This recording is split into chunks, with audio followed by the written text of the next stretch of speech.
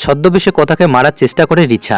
বিস্তারিত জানতে ভিডিওটিতে লাইক দিয়ে সম্পূর্ণ ভিডিওটি দেখতে থাকুন। কথার জন্মদিনের দিন কথার কাকা কথার বাবা সেজে গুহবাড়িতে উপস্থিত হলে কথা খুব রেগে যায় আর বলে, এই মানুষটাকে সব থেকে বেশি আমি ঘেন্না করি। এই মানুষটার জন্য সব ছেলেকে আমি এক ভাবতাম, আর আজ নিয়তি দেখো, যার জন্য আমি সব ছেলেদের অবিশ্বাস করতাম তাকেই আমার জীবনে ফিরিয়ে আনতে চাইছে কে।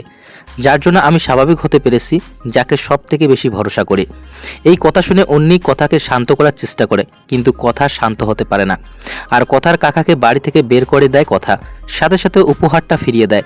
তাই বিচার পরিকল্পনা সফল হয় না।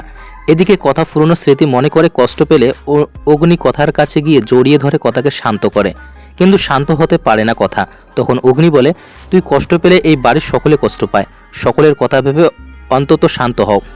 এই বলে নিচে ফিরে যেতেই দেখে দরজা দিয়ে একজন বৈষ্ণবী এসে উপস্থিত হয়, আলেক নিরঞ্জন। বলতে বলতে সেই বৈষ্ণবী আসলে রিসা, তবে কেউ রিসাকে চিনতে পারে না। তখন রিসা সকলের মনে বিশ্বাস জাগানোর জন্য কিছু ঘটনা বলে, সেগুলো শুনে সকলে বিশ্বাস করে নেয়।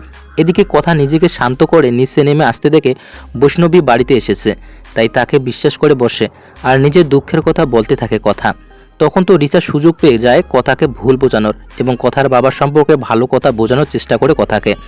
এমনকি বলে, বাবার উপহার তুই গ্রহণ করে নে, যতই হোক সে তো তোর বাবা, সে নিশ্চয় বিপদে পড়ে এসব করেছে, আগে সত্যিটা জানো। আরও অনেক কথা বলে কথাকে রাজি করায় উপহার নিতে। তখন কথা আবার কাঁদতে কাঁদতে নিজের রুমে চলে গেলে রিসা সে সুযোগে কথার কাছে যায়, আর যেই দেখে কথা একাই আছে তখন কথাকে পিছন থেকে মেরে ফেলবার চেষ্টা করে। তখন কথা নিজেকে বাঁচানোর আপ্রাণ চেষ্টা করতে থাকে। তৎক্ষণাৎ অগ্নি এসে উপস্থিত হয়ে এই দৃশ্য দেখে রিসাকে ধরতে গেলে রিসা কোনোভাবে আবারও হাতছাড়া হয়ে যায়। তো বন্ধুরা, কথা কি উপহার খুলে দেখবে? জানতে চ্যানেলটিকে সাবস্ক্রাইব করে পাশে থাকবেন, আর ভিডিওটা ভালো লাগলে অবশ্যই কমেন্ট করে জানাবেন তোমাদের মতামত।